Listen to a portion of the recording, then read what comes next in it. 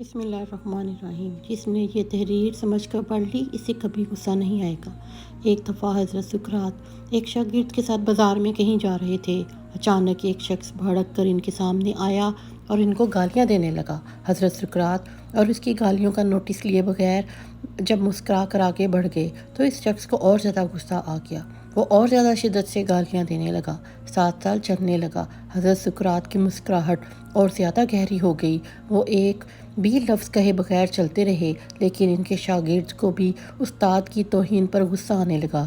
وہ اس شخص کو کوئی سخت جملہ کہنے ہی والا تھا کہ حضرت سقراط نے اسے منع کرتے ہوئے تاکید کی اور خاموشی رہنے کا اشارہ کیا۔ اس اثناء میں سقراط کا گھر آ گیا۔ جب گھر پہنچے تو سقراط نے اپنے شاگرد سے کہا، تم بیٹھو میں آتا ہوں۔ یہ کہہ کہ وہ گھر کے اندرونی کمرے میں چلے گئے۔ شاگرد بیٹھ کر ان کی واپسی کا انتظار کرنے لگا۔ تھوڑی دیر بعد سقراط واپس آئے تو ان کے ہاتھ میں ایک میلا تولیا اور چند کپڑے تھے جن سے سخت بدبو آ رہی تھی اور بھی میلے کچیلے تھے۔ اس نے تولیا اور کپڑے شاگرد کو دیے اور کہا، تولیے سے ہاتھ منہ پونچھو اور یہ کپڑے پہن لو۔ شاگرد نے انکار کر دیا اور کہا، تولیا اور کپڑے گندے ہیں اور سخت بدبودار ہیں، وہ انہیں کیسے استعمال کر سکتا ہے؟ حضرت سقراط مسکرائے اور بولے، ہاں تم ٹھیک کہتے ہو۔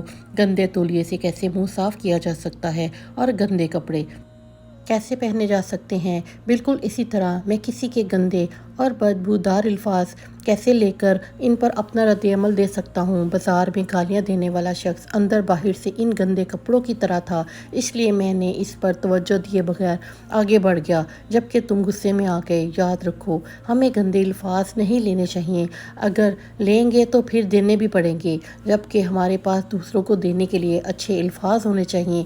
اس سے ہمارے اندر نیکی بڑھتی ہے جو پھیل کر سماج کا احاطہ کر لیتی ہے۔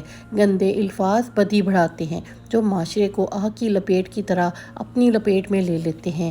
ہم گالی گلوچ سے معاشرے کو دوسروں کے لیے جہنم نہیں بنا سکتے۔ یہ نیکی کے خلاف ہے۔ جو ایسا کرتے ہیں وہ ایک دن اپنے ہی گندے الفاظ کا راستہ بنا رہے ہوتے ہیں اور آخر میں اکیلے رہ جاتے ہیں، کیونکہ ان کے اس راستے پر ان کا ساتھ دینے والا کوئی نہیں ہوتا۔ مہربانی کریں، خوش رہیں اور خوش رہنے دیں۔ جزاک اللہ۔